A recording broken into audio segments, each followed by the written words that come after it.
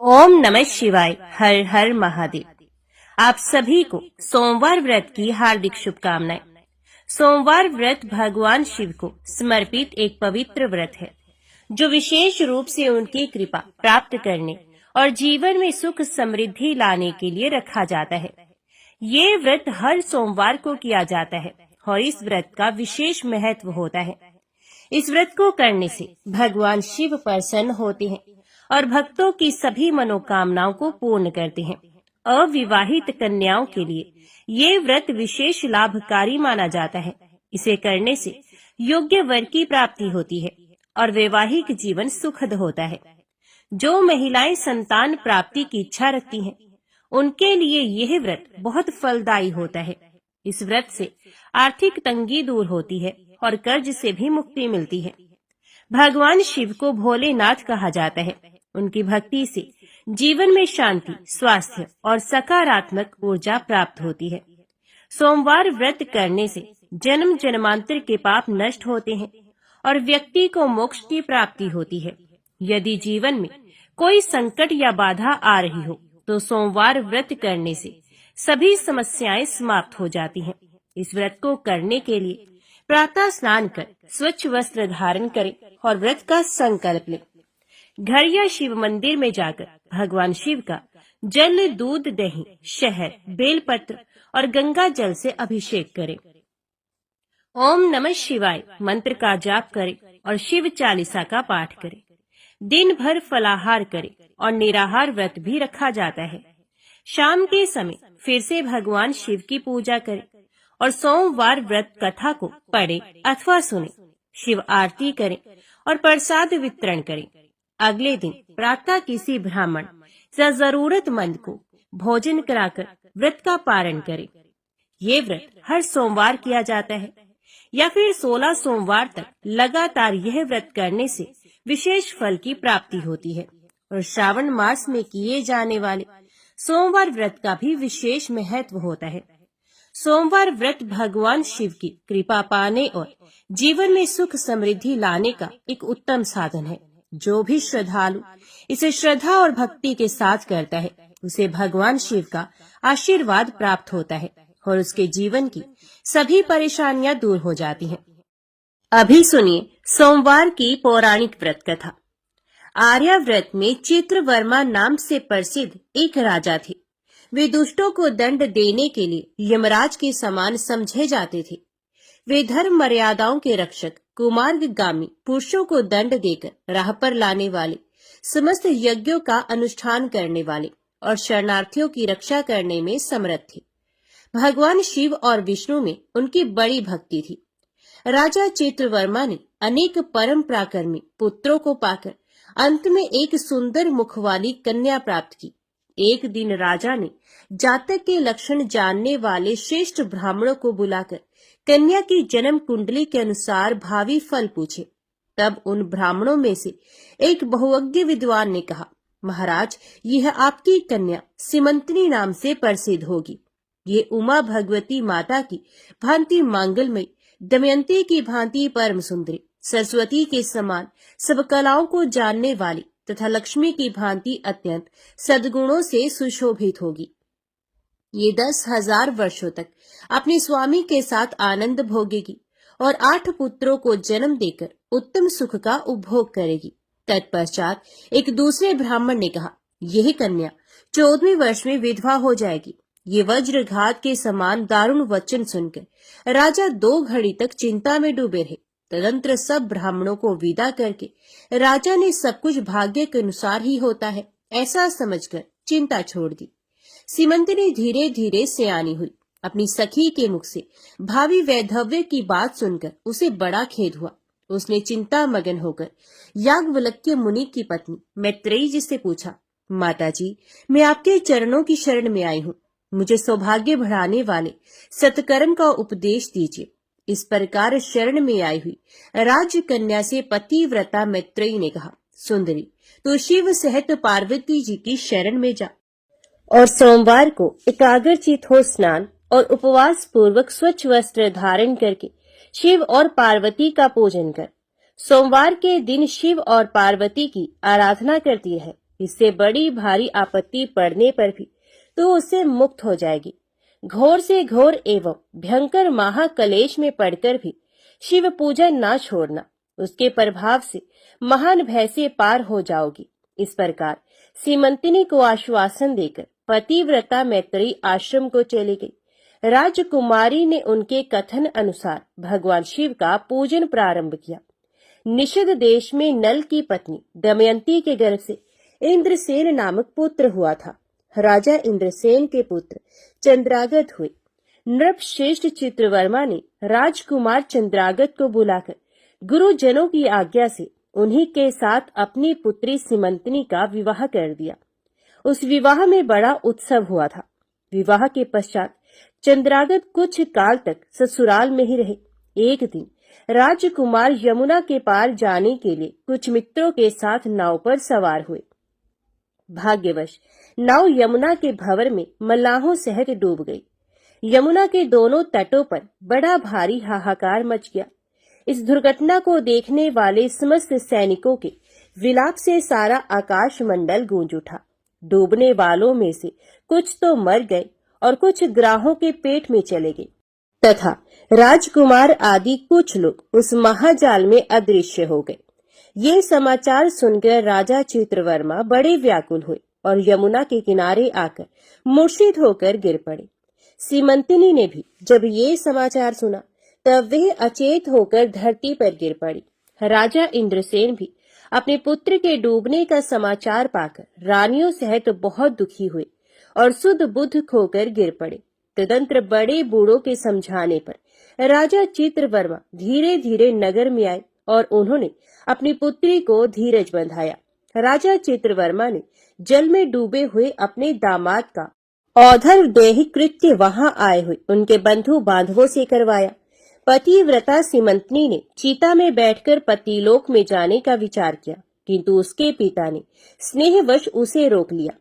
तब वे विधवा जीवन व्यतीत करने लगी। मुनि पत्नी मैत्रेयी ने जिस शुभ सोमवार व्रत का उपदेश दिया था उसे सदाचार परायणा सीमंतिनी ने विधवा होने पर भी नहीं छोड़ा। इस प्रकार 14वें वर्ष की आयु में अत्यंत दारुण दुख पाकर वे भगवान शिव के चरणार विंदों का चिंतन करने लगी। शिव की आराधना करते करते उसके 3 वर्ष व्यतीत हो गए। उधर पुत्र शोक से उन्मत्त हुए राजा इंद्रसेन को बलपूर्वक दबाकर उनके भाइयों ने सारा राज्य छीन लिया और उन्हें पत्नी सहित पकड़कर कारागृह में डाल दिया। इंद्रसेन के पुत्र चंद्रागत यमुना के जल में डूबने पर नीचे नीचे गहराई में उतरने लगे। बहुत नीचे जाने पर उन्होंने नाग वधुओं को जल क्रीड़ा में निमग्न देखा। राजकुमार को देखकर वे भी विस्मित हुए और उन्हें पाताल लोक में ले गए।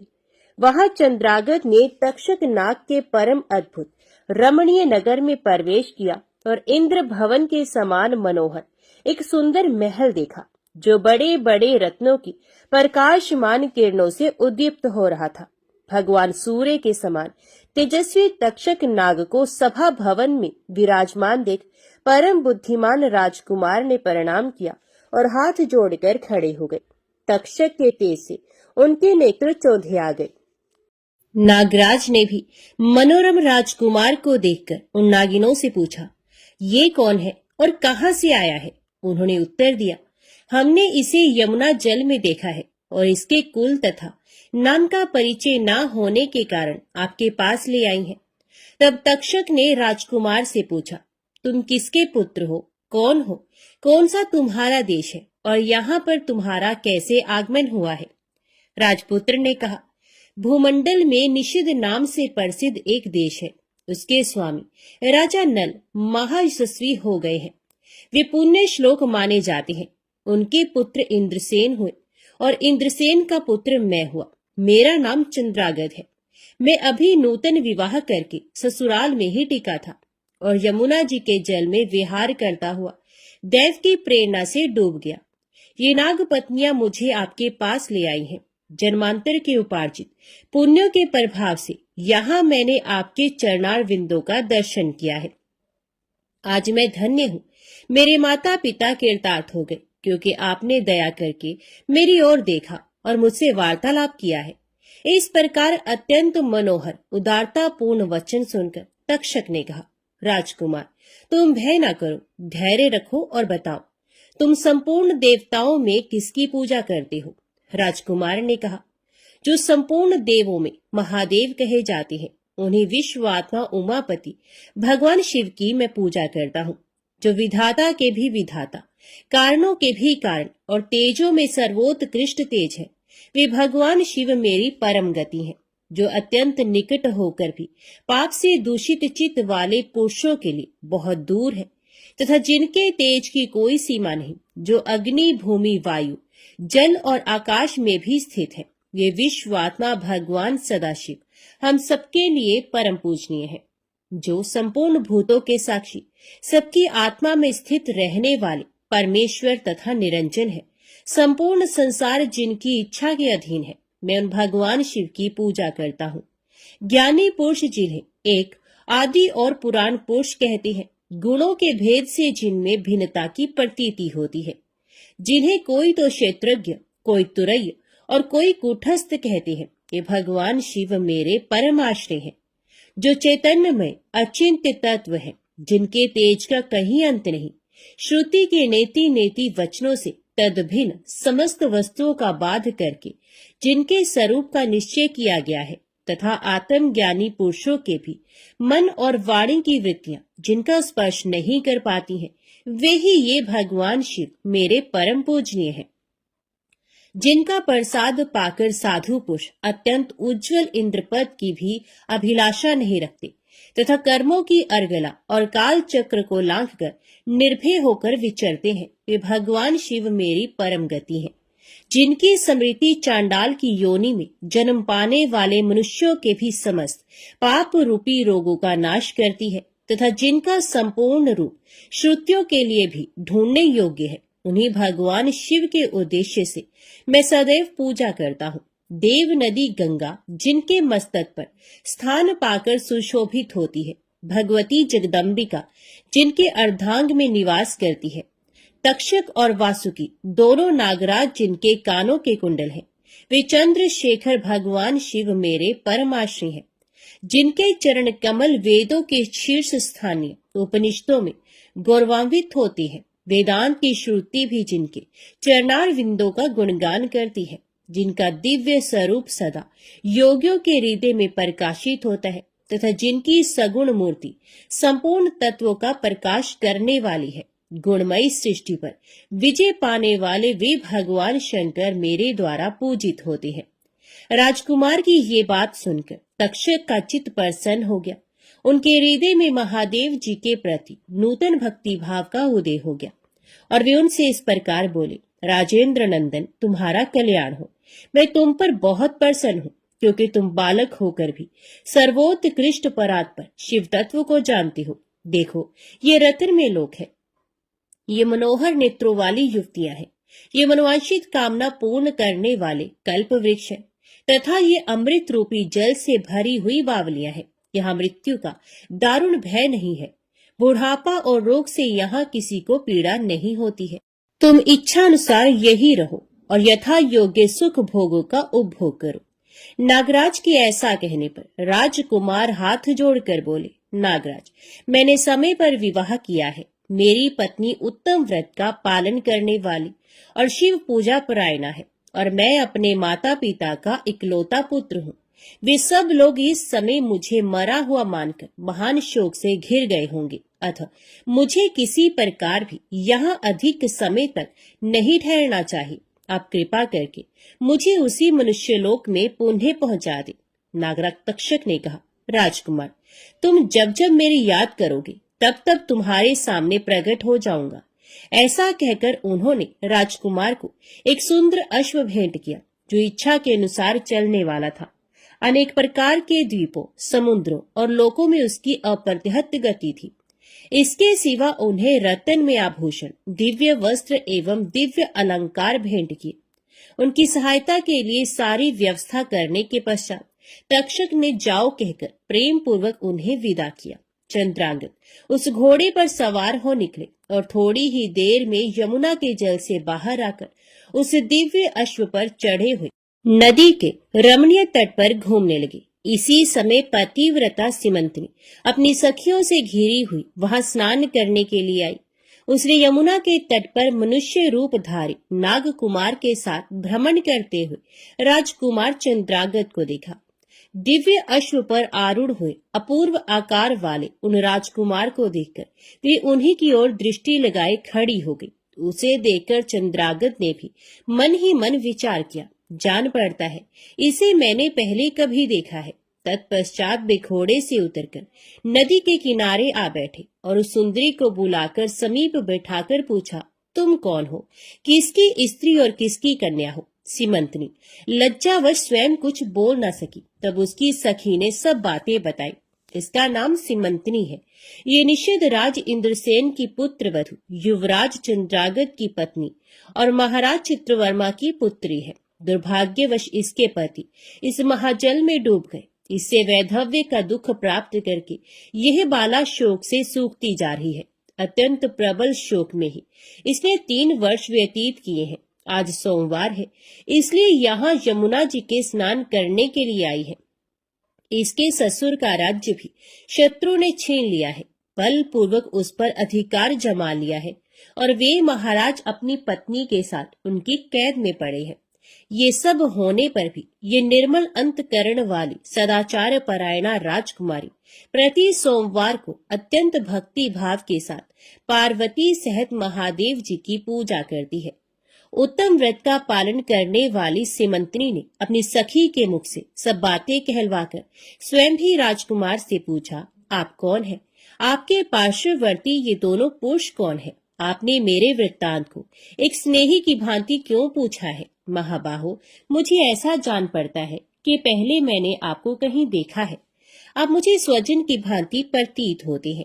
इतना कहकर राजकुमारी सिमंतनी नेत्रों से आंसू की धारा बहाती हुई बहुत देर तक फूट फूट कर रोती रही और मूर्छित होकर पृथ्वी पर गिर पड़ी। अपनी प्रियतमा के शोक का कारण सुनकर चंद्रागत भी शोक से व्याकुल हो 2 घड़ी तक चुपचाप बैठे रहे। तदंतर सिमंतनी उठकर राजकुमार की ओर बारंबार निहारने लगी। उसने पहले देखे हुए अंग चिन्हों, स्वर आदि लक्षणों, अवस्था के प्रमाण तथा रूप रंग आदि की परीक्षा करके ये निश्चय किया कि ये अवश्य ही मेरे पति हैं, क्योंकि मेरा हृदय प्रेम से अधीर होकर इन्हीं में अनुरक्त हुआ है। परंतु क्या मुझ अभागिनी को अपने मरे हुए पति का दर्शन हो सकता है? ये स्वप्न है या भ्रम? अथवा मुनि पत्नी मैत्रेयी ने जो मुझे ये कहा था कि तुम भारी से भारी विपत्ति में पड़ने पर भी इस व्रत का पालन करती रहना, उसी का तो ये फल नहीं है। एक श्रेष्ठ ब्राह्मण ने मेरा 10,000 वर्षों का सौभाग्य बतलाया था। उन ब्राह्मण देवता का ये वचन अवश्य सत्य होगा, ये ईश्वर के बिना कौन जान सकता है। इधर प्रतिदिन मुझे मंगल सूचक शुभ शगुन दिखाई देते हैं। पार्वती देवी के प्राणनाथ भगवान शिव के प्रसन्न होने पर देहधारियों के लिए कौन सी वस्तु दुर्लभ हो सकती है? इस प्रकार भांति भांति से विचार करके उसका संदेह दूर हुआ। तब लज्जा से उसने अपना मुख नीचे की ओर कर लिया। उस समय राजकुमार ने कहा, भद्रे, मैं तुम्हारे पति के शोक संतप्त माता पिता से ये समाचार बतलाने के लिए जा रहा हूँ। तुम्हारा कल्याण हो, तुम्हारे पति तुमसे शीघ्र ही मिलेंगे। यो कहकर राजकुमार घोड़े पर सवार हुए और अपने दोनों सहायकों के साथ शीघ्र ही अपने राज्य में पहुंचे। वहां नागरोद्यान के समीप स्थित होकर उन्होंने नागराज के पुत्र को राज सिंहासन पर अधिकार जमाए बैठे हुए बंधुओं के समीप भेजा। नागकुमार ने शीघ्र जाकर उन सब से कहा, तुम सब लोग महाराज इंद्रसेन को अविलंब कारागृह से मुक्त करो और सिंहासन छोड़कर हट जाओ। महाराज के पुत्र चंद्रागत पाताल लोक से लौटकर यहाँ आए हैं। तुम आनाकानी ना करो, नहीं तो चंद्रागत के बाण तुम्हारे प्राण हर लेंगे। वे यमुना जी के जल में डूबकर नागराज तक्षक के घर जा पहुंचे थे। वहां से उनकी सहायता पाकर पुण्य इस लोक में लौटे हैं। नागकुमार की कही हुई ये सारी बातें सुनकर शत्रुओं ने भी बहुत अच्छा कहकर उनकी आज्ञा स्वीकार की और महाराज इंद्रसेन को उनके खोए हुए पुत्र के पुनः लौट आने का समाचार बताकर उनका सिंहासन उन्हें लौटा दिया। महाराज को प्रसन्न करके भी वे लोग भयभीत बने रहे। मेरा पुत्र आ रहा है, ये बात सुनकर राजा प्रेम के आंसू बहाते हुए आनंद में डूब गए। यही दशा महारानी की भी थी। तदंतर सब नागरिक, वृद्ध, मंत्री और पुरोहित आगे जाकर चंद्रागत से मिले और उन्हें हृदय से लगाकर महाराज के समीप ले आए। अपने भवन में प्रवेश करके अश्रु वर्षा करते हुए राजकुमार ने माता पिता के चरणों में प्रणाम किया।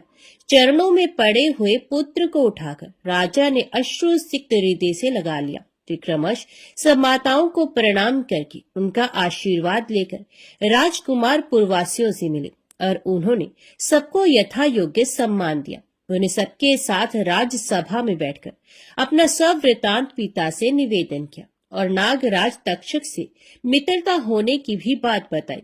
राजकुमार का चित्र देख और सुनकर राजा इंद्रसेन हर्ष से विवल हो गए।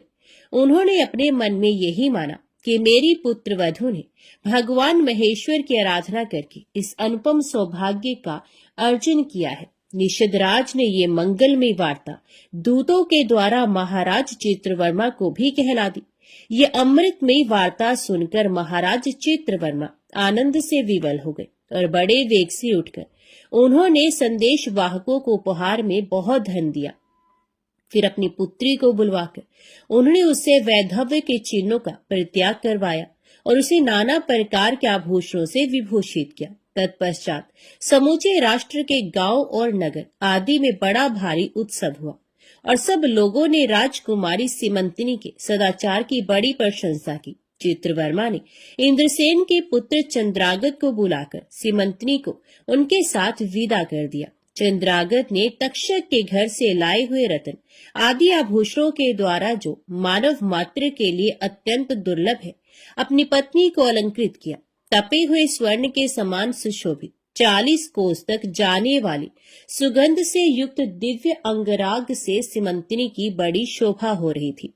कमल के केसर के समान रंग वाले कल्प वृक्ष के पुष्पों से बनी हुई और कभी ना कुम्हलाने वाली माला भी सती सीमंतिनी की शोभा बढ़ा रही थी। इस प्रकार शुभ मुहूर्त में अपनी पत्नी को साथ लेकर श्वशुर की आज्ञा से चंद्रागत पुनः अपनी नगरी में आए। महाराज इंद्रसेन ने अपने पुत्र को राज सिंहासन पर बिठाकर तपस्या द्वारा भगवान शिव की आराधना करके योगी पुरुषों को उपलब्ध होने वाली उत्तम गति प्राप्त की। राजा चंद्रागत ने अपनी धर्म पत्नी सीमंतिनी के साथ 10,000 वर्षों तक नाना प्रकार के विषयों का उपभोग किया। उन्होंने 8 पुत्रों और 1 कन्या को जन्म दिया।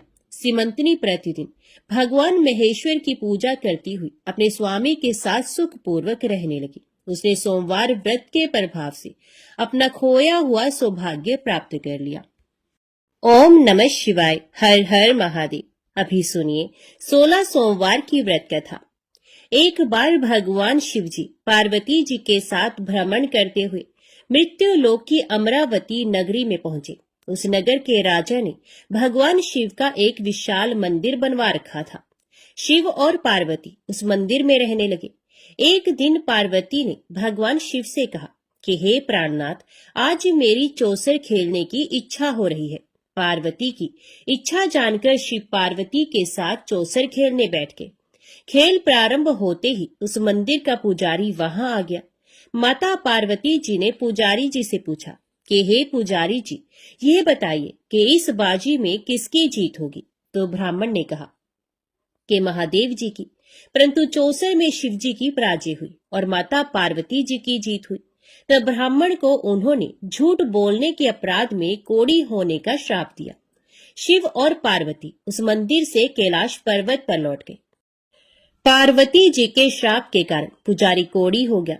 नगर के स्त्री पुरुष उस पुजारी की परछाई से भी दूर दूर रहने लगे। कुछ लोगों ने राजा से पुजारी के कोढ़ी हो जाने की शिकायत की, तो राजा ने किसी पाप के कारण पुजारी के कोढ़ी हो जाने का विचार कर उस मंदिर से निकलवा दिया।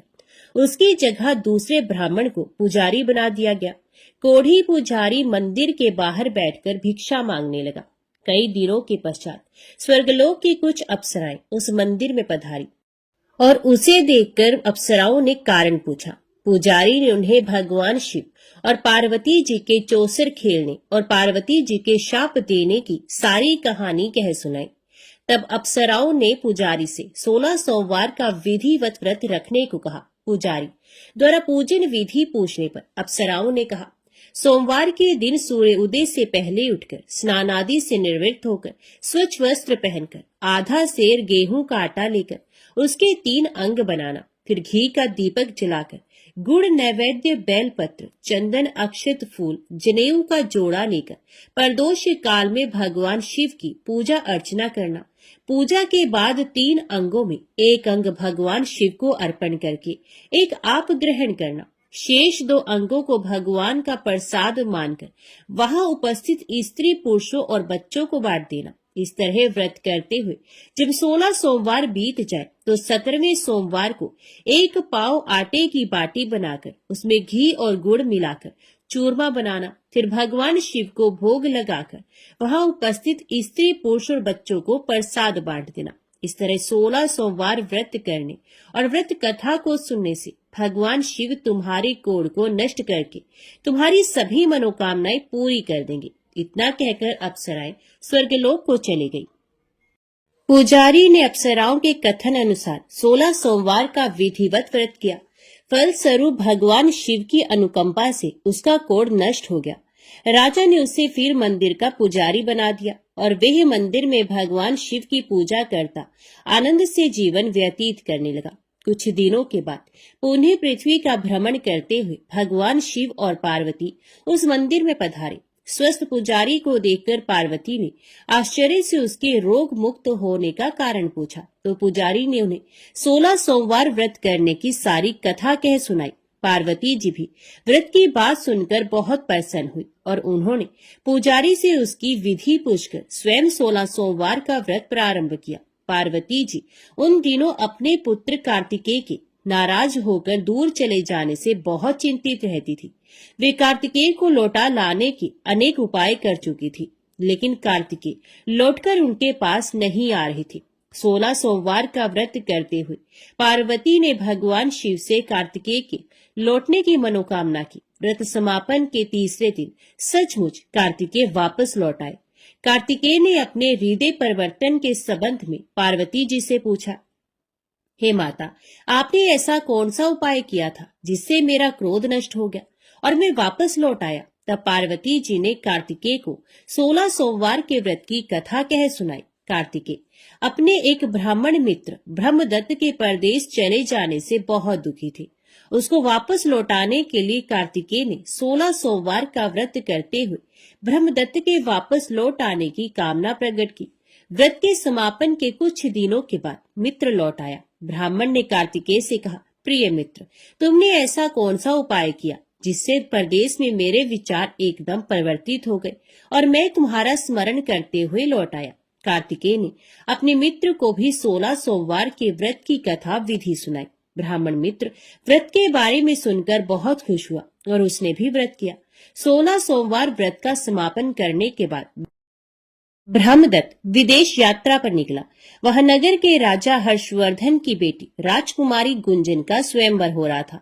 वहां के राजा ने प्रतिज्ञा की थी कि एक हथिनी यह माला जिसके गले में डालेगी वे अपनी पुत्री का विवाह उसी से करेगा। ब्राह्मण भी उत्सुकतावश महल में चला गया। वहां कई राज्यों के राजकुमार बैठे थे। तभी एक सजी धजी हथिनी सूंड में जयमाला लिए वहां आई।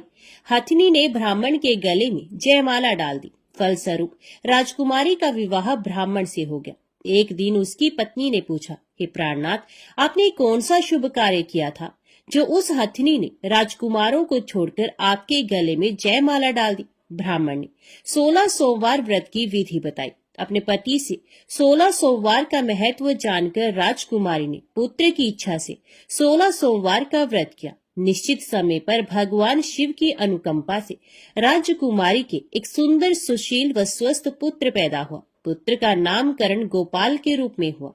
बड़ा होने पर पुत्र गोपाल ने भी माँ से एक दिन प्रश्न किया कि मैंने तुम्हारे ही घर में जन्म लिया, इसका क्या कारण है? माता गुंजन ने पुत्र को 16 सोमवार व्रत की जानकारी दी। व्रत का महत्व जानकर गोपाल ने भी व्रत करने का संकल्प किया। गोपाल जब 16 वर्ष का हुआ तो उसने राज्य पाने की इच्छा से 16 सोमवार का विधिवत व्रत किया। व्रत समापन के बाद गोपाल घूमने के लिए समीप के नगर में गया। वहां के वृद्ध राजा ने गोपाल को पसंद किया और बहुत धूमधाम से अपनी पुत्री राजकुमारी मंगला का विवाह गोपाल के साथ कर दिया। 16 सोमवार के व्रत करने से गोपाल महल में पहुंचकर आनंद से रहने लगा। 2 वर्ष बाद वृद्ध राजा का निधन हो गया तो गोपाल को उस नगर का राजा बना दिया गया। इस तरह 16 सोमवार व्रत करने से गोपाल की राज्य पाने की इच्छा पूर्ण हुई। राजा बनने के बाद भी वे विधिवत 16 सोमवार का व्रत करता रहा। व्रत के समापन पर 17वें सोमवार को गोपाल ने अपनी पत्नी मंगला से कहा कि व्रत की सारी सामग्री लेकर वे समीप के शिव मंदिर में पहुंचे। पति की आज्ञा का उल्लंघन करके सेवकों द्वारा पूजा की सामग्री मंदिर में भेज दी, स्वयं मंदिर नहीं गई। जब राजा ने भगवान शिव की पूजा पूरी की तो आकाशवाणी हुई, हे राजन, तेरी रानी ने 16 सोमवार व्रत का अनादर किया है, सो रानी को महल से निकाल दे, नहीं तो तेरा सब वैभव नष्ट हो जाएगा। आकाशवाणी सुनकर उसने तुरंत महल में पहुंचकर अपने सैनिकों को आदेश दिया कि रानी को दूर किसी नगर में छोड़ाओ। सैनिकों ने राजा की आज्ञा का पालन करते हुए उसे तत्काल घर से निकाल दिया। रानी भूखी प्यासी उस नगर में भटकने लगी। रानी को उस नगर में एक बुढ़िया मिली। ये बुढ़िया सूत काट कर बाजार बेचने जा रही थी, लेकिन इस बुढ़िया से सूत उठ नहीं रहा था। बुढ़िया ने रानी से कहा, बेटी, यदि तुम मेरा सूत उठाकर बाजार तक पहुंचा दो और सूत बेचने में मेरी मदद करो तो मैं तुम्हें धन दूंगी। रानी ने बुढ़िया की बात मान ली, लेकिन जैसे ही रानी ने सूत की गठरी को हाथ लगाया तभी जोर की आंधी चली और गठरी खुल जाने से सारा सूत आंधी में उड़ गया। बुढ़िया ने उसे फटकार कर भगा दिया। रानी चलते चलते नगर में एक तेली के घर पहुंची। उस तेली ने तरस खाकर रानी को घर में रहने के लिए कह दिया, लेकिन तभी भगवान शिव के प्रकोप से तेली के तेल से भरे मटके एक एक करके फूटने लगे। तेली ने भी भगा दिया। भूख प्यास से व्याकुल रानी वहां से आगे गई और चल पड़ी। रानी ने एक नदी पर जल पीकर अपनी प्यास शांत करनी चाही तो नदी का जल उसके स्पर्श से सूख गया। अपने भाग्य को कोसती हुई रानी आगे चल दी। चलते चलते रानी एक जंगल में पहुंची। उस जंगल में एक तालाब था, उसमें निर्मल जल भरा हुआ था। निर्मल जल देखकर रानी की प्यास तेज हो गई, जल पीने लगी। रानी ने तालाब की सीढ़ियां उतरकर जैसे ही जल को स्पर्श किया तभी उस जल में असंख्य कीड़े उत्पन्न हो गए। रानी ने दुखी होकर उस गंदे जल को पीकर अपनी प्यास शांत की। रानी ने एक पेड़ की छाया में बैठकर कुछ देर आराम करना चाहा तो उस पेड़ के पत्ते पल भर में सूखकर बिखर गए। रानी दूसरे पेड़ के नीचे जाकर बैठी। जिस पेड़ के नीचे बैठती वही सूख जाता। वन और सरोवर की ये दशा देखकर वहां के गवाले बहुत हैरान हुए। गवाले रानी को समीप के मंदिर में पुजारी जी के पास ले गए। रानी के चेहरे को देखकर ही पुजारी जान गए कि रानी अवश्य किसी बड़े घर की है, भाग्य के कारण दर दर भटक रही है। पुजारी ने रानी से कहा, पुत्री, तुम कोई चिंता नहीं करो, मेरे साथ इस मंदिर में रहो, कुछ ही दिनों में सब ठीक हो जाएगा। पुजारी की बातों से रानी को बहुत सांत्वना मिली।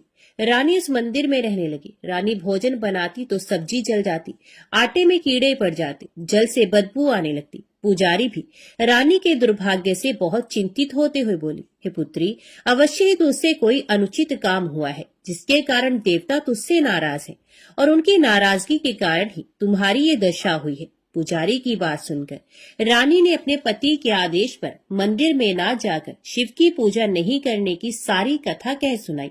तो पुजारी ने कहा, अब तुम कोई चिंता मत करो, कल सोमवार है और कल से तुम 16 सोमवार के व्रत करना शुरू कर दो। भगवान शिव अवश्य तुम्हारे दोषों को क्षमा कर देंगे। पुजारी की बात मानकर रानी ने 16 सोमवार के व्रत प्रारंभ कर दिए। रानी सोमवार का व्रत करके शिव की विधिवत पूजा अर्चना की और व्रत कथा सुनने लगी। जब रानी ने 17वें सोमवार को विधिवत व्रत का समापन किया तो उधर उसके पति राजा के मन में रानी की याद आई। राजा ने तुरंत अपने सैनिकों को रानी को ढूंढकर लाने के लिए भेजा। रानी को ढूंढते हुए सैनिक मंदिर में पहुंचे और रानी से लौटकर चलने के लिए कहा। पुजारी ने सैनिकों से मना कर दिया और सैनिक निराश होकर लौट गए। उन्होंने लौटकर राजा को सारी बात बताई। राजा स्वयं उस मंदिर में पुजारी के पास पहुंचे और रानी को महल से निकाल देने के कारण पुजारी जी से क्षमा मांगी। पुजारी जी ने राजा से कहा, ये सब भगवान शिव के प्रकोप के कारण हुआ है। इतना कहकर रानी को विदा किया। राजा के साथ रानी महल में पहुंची। महल में बहुत खुशियां मनाई गई। पूरे नगर को सजाया गया। राजा ने ब्राह्मणों को अन्न, वस्त्र और धन का दान किया। नगर में निर्धनों को वस्त्र बांटे गए। रानी 16 सोमवार का व्रत करते हुए महल में आनंद पूर्वक रहने लगी। भगवान शिव की अनुकंपा से उसके जीवन में सुख ही सुख भर गए। 16 सोमवार के व्रत करने और कथा सुनने से मनुष्य की सभी मनोकामनाएं पूर्ण होती हैं और जीवन में किसी तरह की कमी नहीं होती है। स्त्री पुरुष आनंद पूर्वक जीवन यापन करते हुए मोक्ष को प्राप्त होती है। ओम नमः शिवाय। हर हर महादेव। अभी सुनिए शिव चालीसा पाठ। श्री गणेश गिरजा सुवन, मंगल मूल सुजान, कहत अयोध्या दास तुम, देहु अभय वरदान। जय गिरजापति दीन दयाला, सदा करत संतन प्रतिपाला। भाल चंद्रमा सोहत नीके, कानन कुंडल नाग फनीके। अंग गौर शिरगंग बहाय, मुंड माल तन छारे लगाए। वस्त्र खाल बागंबर सोहे, छवि को देख नाग मुनि मोहे। मैना मातु की होए दुलारी, बाम अंग सोहत शव न्यारी। कर त्रिशूल सोहत शव भारी, करत सदा शत्रुन शयकारी। नंदी गणेश सोहे तहि कैसे, सागर मध्य कमल है जैसे। कार्तिक श्याम और गणराव, या छवि को कह जात न गाओ।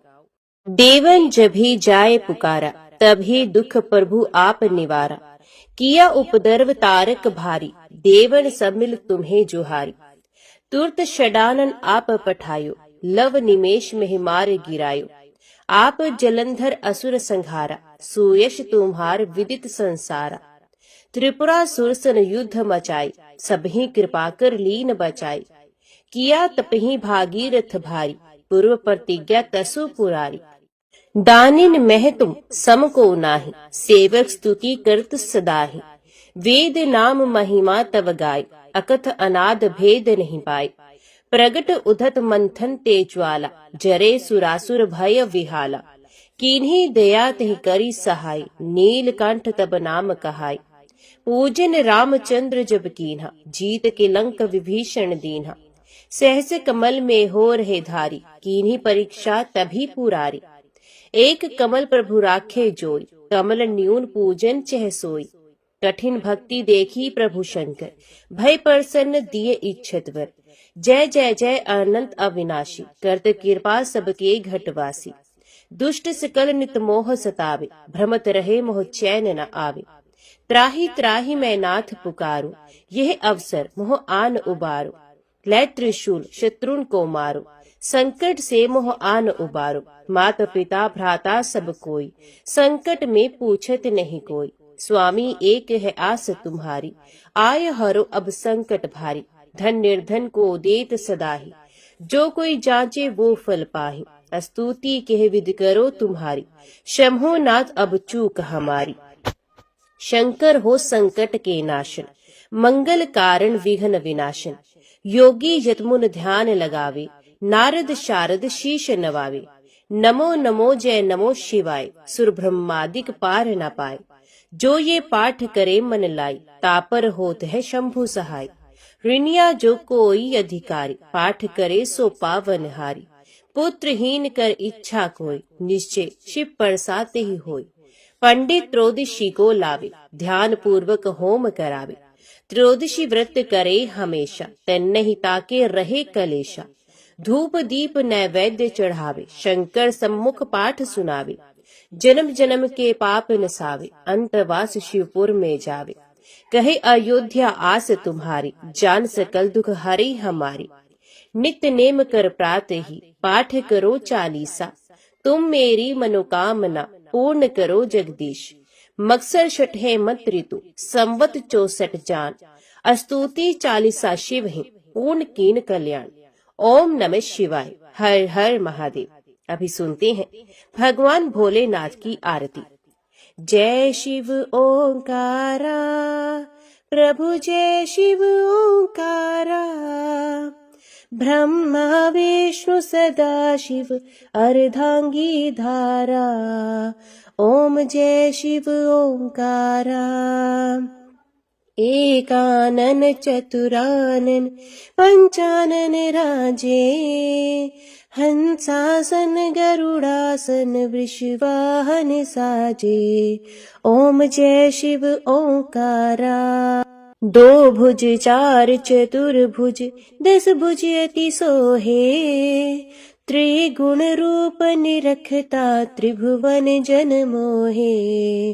ओम जय शिव ओंकारा।